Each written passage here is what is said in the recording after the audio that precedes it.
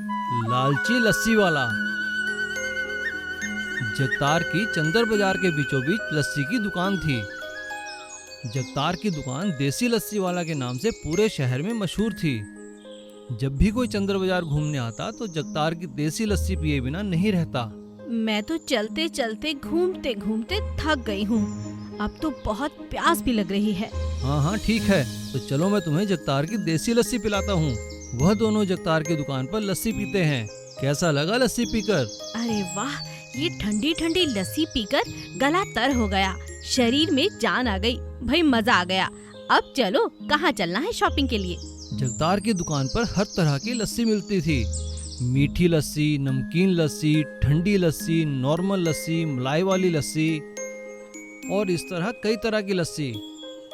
कमल नाम का एक आदमी जगतार को दही सप्लाई किया करता था। एक दिन जगतार ने कमल से कहा, कमल भाई क्या बात है, तुमने दही के दाम बढ़ा दिए, ऐसा कब तक चलेगा कमल? क्या करे जगतार, दूध ही इतना महंगा हो गया है, तुम भी अपनी लस्सी के दाम बढ़ा दो।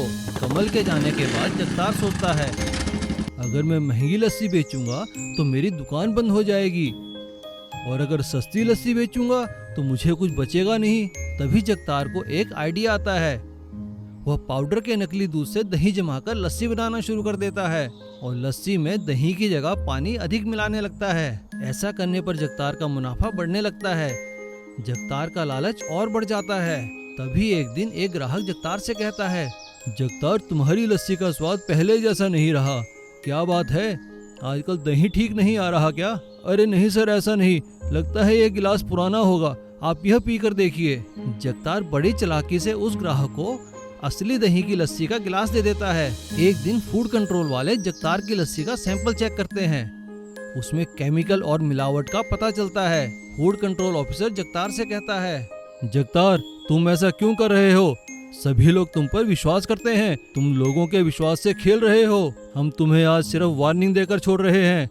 अगर तुमने यही हरकतें जारी रखी तो हमें मजबूरन तुम्हारी दुकान बंद करनी पड़ेगी।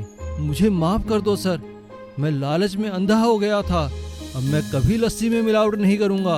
और जगतार ने फिर से शुद्ध और देसी लस्सी बेचना शुरू किया और जगतार के ग्राहक बढ़ते ही गए। हे भगवान, मैं भी कितना मूर्ख हूँ, लोग मुझ पर विश्वास करके आते हैं और मैं उन्हीं के साथ विश्वासघात कर रहा हूँ। पैसा तो मैं कमा सकता हूँ लेकिन नाम नहीं। अब मैं दोबारा कभी ऐसी गलती नहीं करूँगा। तरबूज का रस। एक गांव में भोलू नाम का एक आदमी तरबूज बेचा करता था। एक समय था जब वो काफी अमीर था। जुए में सारा पैसा लुटाकर अब वह तरबूज बेचने लगा। बेचने के लिए उसने अपने पास मुन्ना नाम का एक लड़का रखा हुआ था। आओ आओ तरबूज ले लो, मीठे मीठे ठंडे ठंडे तरबूज ले लो। मुन्ना का यही काम था। वह चिल्ला चिल्ला कर ग्राहकों को बुलाता और भोलू तरबूज तोलकर ग्राहकों को देता रहता। लेकिन तरबूज के साथ साथ वह सर्वज्ञानी बनकर लोगों को सलाह भी देता था। अरे मोहन, इस बार कौन सी फसल उगा रहे हो? मैं तो कपास उगा रहा हूँ भाई। क्या कपास? अरे तुम्हारा दिमाग तो खराब नहीं हो गया?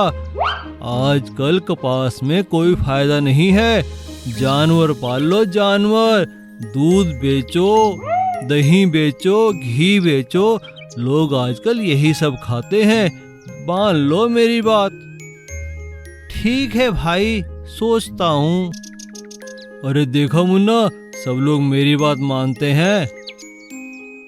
मुन्ना भोलू की यह बात सुनकर मन ही मन हंसता है। खुद तो कुछ आता नहीं है इन्हें, लोगों को सलाह देते रहते हैं बेमतलब की। अरे क्या सोच रहे हो मुन्ना? अरे कुछ भी तो नहीं मालिक। आओ आओ तरबूज ले लो, सब लोग तरबूज ले लो। एक दिन एक आदमी अपने दादाजी के साथ उसकी तरबूज की रेहड़ी पर आता है। अरे भाई, क्या हो गया तुम्हारे दादाजी को? मेरे दादाजी को जुकाम हुआ है।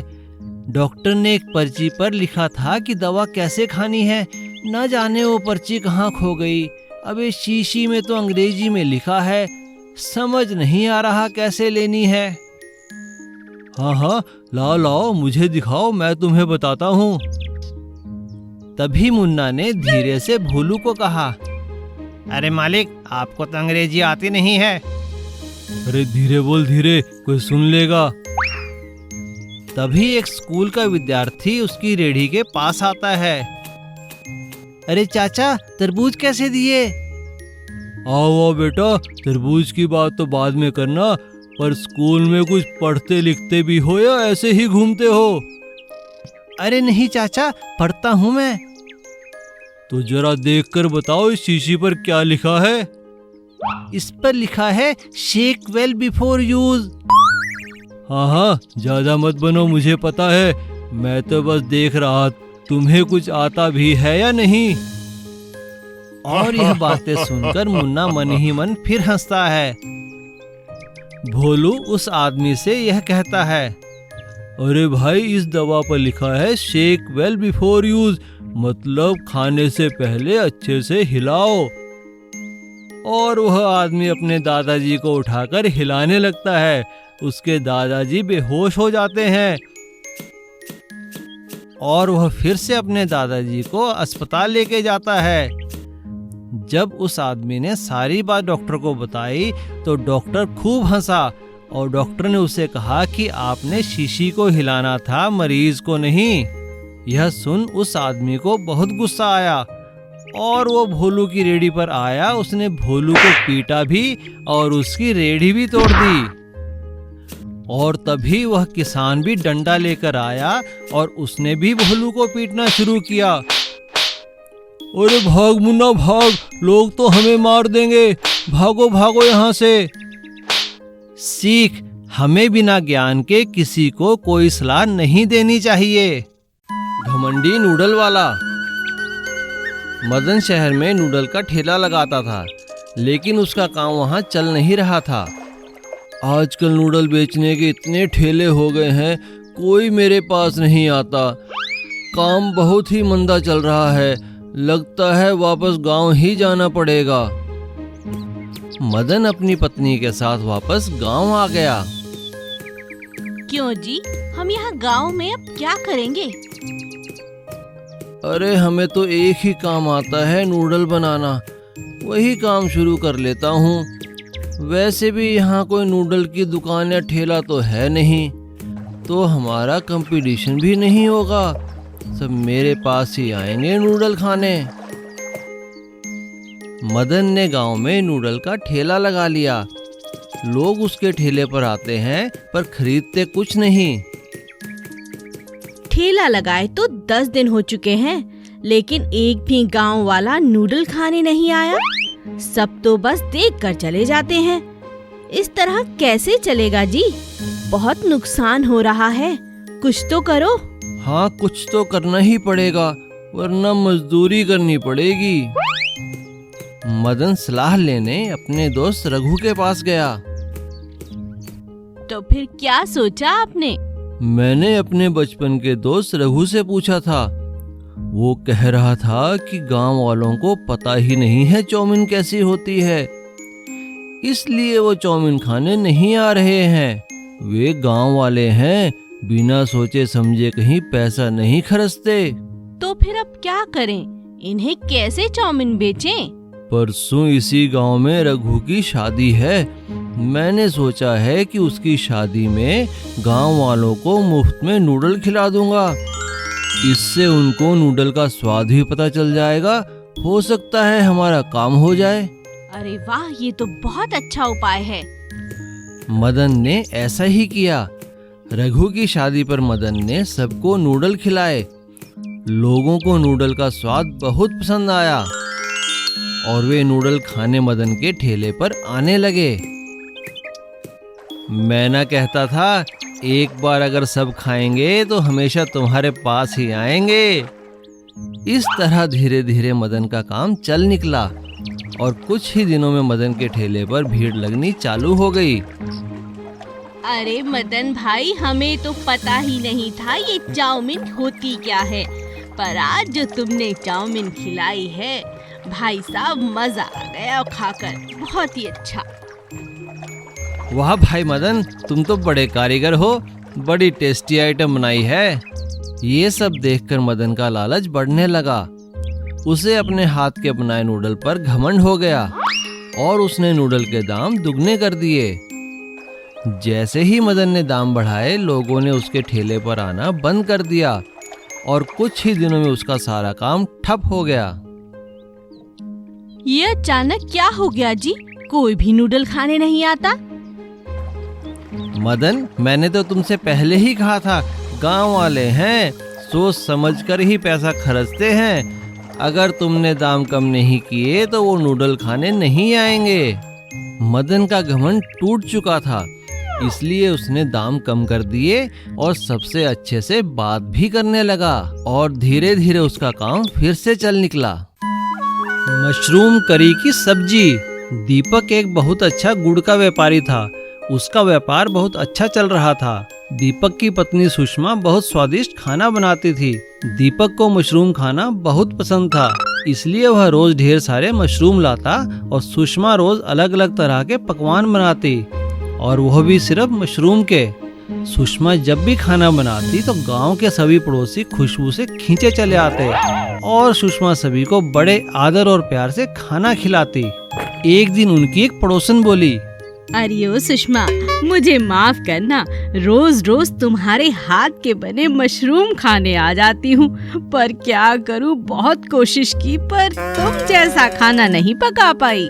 हाँ, और जो स्वाद तुम्हारे प्यार से बनाए मशरूम में है, वो तो किसी और के बनाए मशरूम में हो ही नहीं सकता।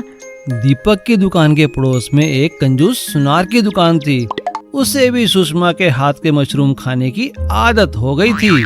आ गई बेटी, जल्दी ला, आहा, मजा आ गया तेरे हाथ के मशरूम खाकर। सबको खाता देख सुषमा को बहुत खुशी मिलती। एक दिन दीपक ने सुषमा से कहा, मैं शहर जा रहा हूँ, आने में देरी होगी, अपना ख्याल रखना और आराम कर लेना। कोई जरूरत नहीं है किसी और के लिए खाना बनाने की। सुषमा उदास हो जाती है। कुछ देर बाद सुनार और कुछ गांव के लोग फिर से खाने की खुशबू से खींचे चले आते हैं।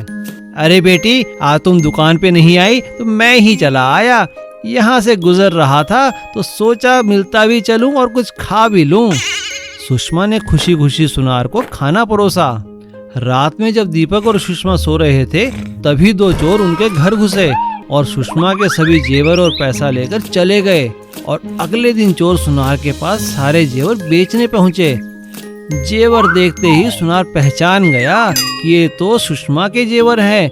उसे चोरों पर शक हुआ और सुनार ने तुरंत पुलिस को बुलवाया और दोनों चोरों को पकड़वा दिया और जेवर लेकर सुषमा के घर पहुंचा। पड़ोसी हैरान थे क्योंकि सुषमा लगातार रोए जा रही थी। तभी सुनार ने कहा, अरे रोना बंद करो सुषमा बेटी, ये लो तुम्हारे जेवर और पैसे। और पुलिस ने चोरों की खूब पिटाई की। दीपक को भी अपनी गलती का एहसास हो गया था।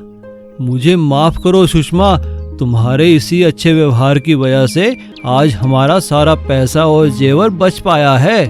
इसीलिए तो कहती हूँ जी, खाना खिलाना तो पुण्य का काम होता है। तुम ठीक कहती हो सुषमा, खाना खिलाना वाकई ही पुण्य का काम होता है। कर भला तो हो भला। उसके पिता का अंडों का कारोबार था। अकेला बेटा होने के कारण सूरज को कभी कोई काम करना ही नहीं पड़ा। उसके पिता सब कारोबार संभाल लेते थे। एक बार सूरज के पिताजी बीमार हो गए। सूरज की माँ ने सूरज को समझाया, सूरज बेटा, अब तुम्हारे पिताजी बूढ़े हो गए हैं और वो बहुत बीमार भी रहने लगे हैं। अब उनसे कारोबार संभाला नहीं जाएगा बेटा। तुम्हें अब काम करना चाहिए और उनका काम में हाथ पटाना चाहिए। पर माँ, मुझे तो कोई काम आता ही नहीं। सूरज, जिस तरह तुम्हारे पिताजी फार्म से अंडे लाकर उन्हें दुकानों में सप्लाई किया करते थे, तुम भी वही काम करो। ठीक है माँ, कल से ही मैं काम पर लग जाता हूँ। सूरज ने दूसरे ही दिन काम करना शुरू कर दिया। किस किस दुकान पर कितने का सामान देना है उसे कुछ नहीं मालूम था और फिर कुछ ही दिनों में उसे काम मिलना बंद हो गया। एक दिन सूरज का दोस्त कमल उससे मिलने आया। सूरज, कैसे हो? क्या हुआ, मुझे बताओ। मैंने पिताजी से काम तो सीखा ही नहीं था। इस वजह से पिताजी का कारोबार ठप हो गया। अब कोई भी मुझसे अंडे नहीं खरीदता है। तो तुम कोई और काम क्यों नहीं करते? ऐसे काम जिसमें तुम अकेले ही माहिर हो। ऐसा कौन सा काम हो सकता है? आजकल सैंडविच बहुत बिकते हैं बाजार में। तुम भी अंडों के सैंडविच बनाकर बेचो। बात तो अच्छी लग रही है तुम्हारी। ठीक है, मैं कल से ही कोशिश करता हूँ। सूरज ने अपनी माँ से अंडे की भुर्जी बनाना सीखा और ब्रेड खरीदकर एक ठेला लगाकर खड़ा हो गया। जब ग्राहक आते तो उन्हें भुर्जी का सैंडविच बनाकर देता। अरे वाह, आज तो अच्छी कमाई हो गई। पहली बार मैंने कुछ अच्छा काम किया है। ये पैसे मैं ले जाकर पिताजी के हाथ में दूंगा। सूरज ने घर जाकर अपनी कमाई के पैसे पिताजी को दिए और उसके पिताजी बहुत खुश हुए। शाबाश बेटा, तुम जैसा बेटा पाकर मैं तो धन्य हो गया। बेटा, बस इसी तरह खूब मेहनत करके अच्छी कमाई करो। कुछ ही दिनों में सूरज के बनाए हुए सैंडविच दूर दूर तक मशहूर हो गए और उसकी कमाई होने लगी। जिस काम में मन लगे उसे ही करना चाहिए। राजस्थान के एक गांव में भीमा करके एक किसान था। उसके पास एक आम का बगीचा था। वह उसी का देखभाल करते हुए अपने परिवार को चलाता था। एक साल आम का फसल बड़े अच्छे से उगी। तभी भीमा बहुत खुश हुआ। उसे देखकर उसके पास आम का व्यापार करने वाला एजेंट किशन आया। क्यों भाई भीमा, इस साल आम बड़े अच्छे उगे हैं। पेड़ में सिर्फ आम ही आम दिख रहे हैं। बोलो, मेरे लोगों को कब भेजूं तुम्हारे पास? सही दाम बोलकर अभी के अभी ले जाओ किशन भाई। इसमें क्या बात है? आपको किसने रोका? मार्केट में दाम इतना कुछ अच्छा नहीं है भीमा, क्योंकि इस साल सभी किसान के आम का फसल अच्छा उगा है। इसीलिए 1 किलो के 20 रुपए दूंगा। डिमांड कम है और सप्लाई ज़्यादा है। अगर हम हिसाब किताब लगाएं तो उतना ही पड़ता है। ये सरासर अन्याय है भाई। मुझे मालूम है आप मार्केट में किलो आम कितने में बेचते हो। कम से कम 100 से 120 रुपए तक बेचते हो। इतना मुनाफा लगाते हो, लेकिन हमें सिर्फ 20 रुपए। आप जो पैसे देते हैं वो मेरे मजदूरी का भी नहीं निकलेगा। फिर भी मेरे आम नंबर 1 क्वालिटी के हैं, एक्सपोर्ट क्वालिटी के हैं। कम से कम 50 देना है तो बोलो, वरना किसी और को बेचूंगा। तुम मुझे छोड़ के ये आम किसी और को नहीं बेच सकते। ये सब एक सिंडिकेट है। तुमको कोई नजदीक भी नहीं आने देगा। ऐसा नहीं चलेगा भाई। चुपचाप मुझे बेच दो। मुझे मेरे दाम में बेच दो, नहीं तो पक्षियां और बंदर खाने के बाद सिर्फ छिलका मिलेगा तुमको। ठीक से सोच कर बताना। घर आकर भीमा किशन सेठ के बारे में सब कुछ अपने बेटा सुमन और पत्नी सीता को बोला। तभी सीता बोली, वह किशन एक कमीना है जी। वो जो बोलेगा वही करेगा। उसी को समझाकर 1-2 रुपए ज्यादा मांग लीजिए और सारा माल उसी को बेच दीजिए, नहीं तो पूरा नुकसान हो जाएगा। क्या माँ, तुम हमेशा डरती हो? हमारे आम का बगीचा हाईवे के बगल में ही है। लोग हमेशा घूमते ही रहते हैं। पापा, क्यों ना हम उस आम के रस को निकालकर लोगों को सीधा बेचें? क्या? आम का रस? अगर लोग नहीं आए तो हम धोबी की कुत्ते की तरह न घर का न घाट का रह जाएंगे। माँ देखो, हम डरेंगे तो लोग और डराते हैं। मैं अपनी पापा की मेहनत का फल पाकर रहूंगा। अगले ही दिन सुमन उसके कुछ दोस्तों के साथ पापा से मिलकर बगीचे के बाहर आम का जूस बनाना शुरू कर दिया। ये देखकर रोड पर जाने वाले लोग बगीचे के पास आकर आम का फ्रेश जूस पीना शुरू कर दिया। जूस पसंद आकर वहीं पर लगाया हुआ आम भी खरीद कर लेके जा रहे थे। देखते ही देखते भीमा का सारा फसल 2 ही दिन में बिक गया। सभी बहुत खुश हो जाते हैं और सुमन की चतुरता देखकर तारीफ करने लगे। केले के चिप्स वाली की सफलता। एक गांव में मीना नाम की एक औरत अपने पति रामू और अपनी बेटी चिंकी के साथ रहती थी। रामू और मीना का केले का बहुत बड़ा खेत था। वे बड़ी मेहनत से अपने खेत में केले उगाया करते थे। रामू शहर जाकर केले बेचा करता और पीछे से मीना अपनी बेटी चिंकी और अपने घर का ख्याल रखती थी। चिंकी गांव के स्कूल में पढ़ने जाती थी। सब कुछ सही चल रहा था, लेकिन एक दिन सुबह सुबह गांव में बुनियादी होने लगी। सुनो सुनो सुनो, शहर की मंडियों में केले का दाम आधा कर दिया गया है, तो इसीलिए आप सभी को निर्देश दिया जाता है कि शहर में केला बेचने जाएं तो दाम कम कर कर ही बेचें, वरना आपका केला कोई नहीं खरीदेगा। ये बात सुनकर रामू बहुत चिंतित हो जाता है। पहले ही केले के दाम इतने कम मिल रहे थे, अब और भी कम करें, क्या कमाएंगे हम और क्या बचाएंगे। रामू बड़े दुखी मन से ये बात अपनी पत्नी मीना को बताता है। रामू और मीना अभी ये बात कर ही रहे थे, तभी उनकी बेटी चिंकी आकर कहती है, माँ, मुझे बहुत भूख लगी है, क्या तुम खाने को कुछ बना दोगी? चिंकी की बात सुनकर रामू कहता है, अरे बेटा, अपनी माँ को तंग करना बंद करो, जाओ वहाँ पर बहुत केले पड़े हैं, कुछ केले खाकर सो जाओ। नहीं पापा, मुझे केले नहीं पसंद, मुझे कुछ और खाना है। बेटा तुम फिक्र मत करो, मैं अभी तुम्हारे लिए कुछ बना कर लाती हूँ। मीना रसोई में जाती है और केलों को काटकर उनके चिप्स बनाती है और चिप्स लाकर चिंकी को खाने को देती है। चिंकी बड़ी खुशी खुशी केले के चिप्स खाती है और कहती है कि माँ, चिप्स तो बहुत स्वादिष्ट बने हैं। रामू भी अपनी बेटी की बात सुनकर केले के चिप्स खाता है और अपनी पत्नी से कहता है, अरे मैं तो गुस्से में भूल ही गया था, हम लोग बचपन में कितने केले के चिप्स खाया करते थे। मीना, तुमने वाकई बहुत स्वादिष्ट चिप्स बनाए हैं, भाई कभी कभी हमें भी खिला दिया करो ऐसे ही बिना बोले। अपने पति की बात सुनकर मीना को एक आइडिया आता है और वो रामू से कहती है, अजी सुनते हो, मन में एक विचार आया है, क्यों ना कल से हम केले के चिप्स बनाकर बेचें? केलों की जगह चिप्स के ज्यादा अच्छे दाम मिलेंगे। अरे वाह मीना, ये आइडिया तो मेरे मन में आया ही नहीं। ठीक है, हम कल ही ये काम शुरू करते हैं। अगले दिन वो एक बहुत बड़ा स्टोव और कढ़ाई लेकर अपने आंगन में केले के चिप्स बनाना शुरू करते हैं और खूब सारे केले के चिप्स बनाकर रामू एक ठेले पर गांव में बेचने निकल जाता है। देखते ही देखते मीना के बनाए केले के चिप्स बिक जाते हैं। अब वो दोनों रोज शाम को केले के चिप्स बनाते और सुबह रामू उन्हें बेचने गांव निकल जाता। मीना के बनाए केले के चिप्स इतने स्वादिष्ट थे कि उनका काम धीरे धीरे चल निकला।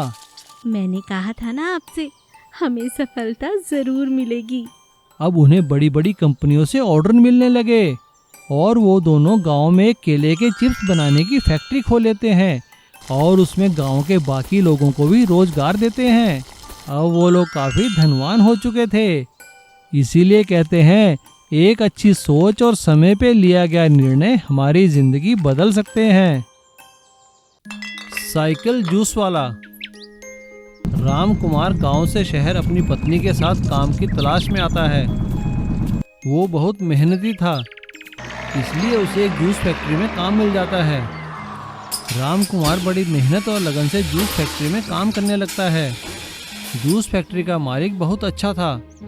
वो राम कुमार और उसकी मेहनत की हमेशा दाद दिया करता था। भाई राम कुमार, एक काम करो, ये पैसे जाके बैंक में जमा कराया ना, और उसके बाद आकर के ये जूस वाली मशीन भी देख लेना, ठीक है? जी सेठ जी, मैं सब देख लूँगा, आप फिक्र ना करें।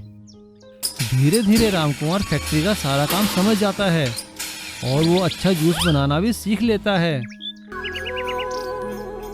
देखो जी, आप इस तरह से पैदल जाते हो, ये मुझे अच्छा नहीं लगता। इस बार तनख्वाह आने पर आप एक छोटी सी साइकिल क्यों नहीं ले लेते?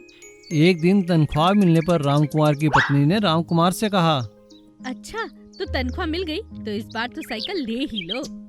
हाँ हाँ ठीक है सरला, मैं साइकिल ले लूँगा। और राम कुमार एक नई साइकिल लेकर आ जाता है और अब वो उसी साइकिल से घर से फैक्ट्री जाने लगता है। सब कुछ ठीक चल रहा था। लेकिन अचानक एक दुर्घटना में फैक्ट्री मालिक की मौत हो जाती है। सभी लोग बड़े दुखी होते हैं, लेकिन सबको असली दुख तो तब होता है जब फैक्ट्री मालिक का बेटा फैक्ट्री बंद करने की बात कहता है। देखो दोस्तों, आप लोगों ने पिताजी का बहुत साथ दिया और काफ़ी अच्छा काम भी किया है, लेकिन ये जूस की फैक्ट्री मैं बंद कर रहा हूँ क्योंकि मैं सब कुछ बेचकर विदेश जा रहा हूँ। आप लोगों के जितने पैसे बनते हैं उससे ज़्यादा पैसा देकर मैं आपसे माफ़ी मांगता हूँ। और इस तरह वो सभी लोगों को जितने पैसे बनते हैं उतने देकर फैक्ट्री बंद कर देता है। राम कुमार बड़े दुखी मन से घर वापस आता है। उसे दुखी देखकर उसकी पत्नी पूछती है, अरे क्या हुआ, आज आप जल्दी घर आ गए? बहुत परेशान नजर आते हो, बात क्या है? राम कुमार उसे सारी बात बताता है। राम कुमार की बात सुनकर उसकी पत्नी उससे कहती है, आप परेशान क्यों होते हैं? हमारे पास साइकिल है ना, और जूस भी आप कितना अच्छा बना लेते हैं। एक मशीन खरीद लेते हैं, उसे साइकिल पर लगाकर गली गली जाकर जूस बेचना। गर्मी का मौसम है, हर कोई खरीदेगा। मुझे पूरा विश्वास है सब कुछ ठीक हो जाएगा। आप कोशिश तो करिए। राम कुमार वैसा ही करता है। वो अपनी साइकिल पर एक जूस बनाने की मशीन लगा लेता है और गली गली घर घर गांव गांव जाकर जूस बेचने लगता है। उसके बनाए जूस की सभी लोग तारीफ करते हैं। उसका काम चल निकलता है। वो साइकिल से एक दुकान और दुकान से जूस की एक फैक्ट्री बना लेता है और अपने सभी साथी कर्मचारियों को अपने साथ काम में रख लेता है। सभी लोग उसकी तारीफ करते हैं। अरे राम कुमार भैया, तुमने तो हम लोगों को एक नई जिंदगी दे दी है। साइकिल पे जूस बेच बेच कर ये फैक्ट्री खड़ी कर ली है। तुम्हारा बहुत बहुत शुक्रिया। हम तुम्हारी मेहनत के आगे नतमस्तक हैं। अरे नहीं किशोर भैया, ये सब तो आप लोगों का साथ और आप लोगों के आशीर्वाद की वजह से है। मैं तो अपनी साइकिल का धन्यवाद देना चाहता हूँ, जिसने मेरी गरीबी में मेरी मदद की और मुझे एक साइकिल जूस वाले से एक जूस फैक्ट्री का मालिक बना दिया। देखा, मैंने कहा था ना, हमें सफलता जरूर मिलेगी। गन्ने का रस। एक गांव में राम कुमार नाम का एक व्यक्ति रहता था। वो गन्ने का रस बेचता था। उसके गन्ने का रस बहुत ही मीठा और स्वादिष्ट होता था, पर वह खुद बहुत ही कड़वा बोलने वाला और झगड़ालू व्यक्ति था। राम कुमार, तुम्हारे दुकान के गन्ने का रस पीने में बहुत मजा आता है। हाँ हाँ ठीक है, सभी लोग यह कहते हैं, इसमें नया क्या है? राम कुमार हमेशा परेशान रहता था। ओह, इन ग्राहकों ने तो नाक में दम कर दिया है, थोड़ी भी देर चैन से नहीं बैठने देते।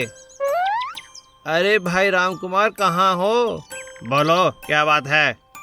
तुमने इस बार भी मेरा कर्जा नहीं चुकाया और ब्याज भी देर से देते हो। हाँ हाँ, तो क्या हुआ, देता हूँ ना। इसमें इतना क्यों सुना रहे हो? मैं तुम्हारे पैसे चुका दूंगा। तुम हर बार यही कहते हो। देखो, मुझे जल्दी से पैसे लौटा दो वरना। हाँ हाँ, क्या वरना? क्या कर लोगे? मुझे धमकी देते हो? तो लो, मैं आज से तुम्हारे पैसे चुकाने से मना करता हूँ। देख लूँगा कैसे नहीं दोगे। अभी हंस रहा हूँ, फिर आऊँगा। आह, मेरा तो दिमाग ही खराब कर दिया। तभी उसकी दुकान पर एक मंत्री आए। राम कुमार, तुम्हें राजा ने याद किया है। उन्होंने तुमसे 2 बाल्टी गन्ने का रस मंगवाया है। कल दोपहर से पहले रस लेकर पहुंच जाना। हाँ हाँ, पहुंचा दूंगा। दूसरे दिन राजकुमार ने सुबह ही सारा रस निकाल कर रख दिया। फिर वो शंभू गाड़ी वाले का इंतजार करने लगा, जिसमें रखकर वो रस राजमहल पहुंचाता है। जब तक शंभू आएगा मैं घर जाकर खाना खा लेता हूँ, फिर शंभू के साथ रस को लेकर राजमहल जाऊंगा। थोड़ी ही देर बाद जब राजकुमार वापस आता है तो देखता है दोनों बाल्टी रस गायब है। अरे यह क्या, रस कहाँ चला गया? वो निराश होकर शंभू के साथ राजमहल की ओर चल पड़ता है और वहां जाकर सारी बात मंत्री को बताता है। ठीक है, हम पता लगाएंगे कि चोरी किसने की है। अगले दिन मंत्री सुबह ही राजकुमार के पास पहुंच गया। क्या तुम्हें किसी पे शक है? जी, मुझे मनोज पे शक है। तभी वहां से राजा का हाथी गुजरता है। अरे वाह, क्या ये राजा का हाथी यहाँ भी आता है? हाँ जी, ये तो रोज यहाँ से निकलता है और कई बार रस भी पीना चाहता है। जो भी रस गिर जाता है उसे ये चाट लेता है। तो लगता है कल भी इसने ही रस पिया है। हाँ, लगता है आप ठीक कह रहे हैं। मैंने अपने गुस्से की वजह से ध्यान नहीं दिया कि हाथी भी यहाँ से गुजरता है। मैं तो यूं ही मनोज पर शक कर रहा था। गुस्से में हम अपने अच्छे संबंधों को भी बिगाड़ लेते हैं।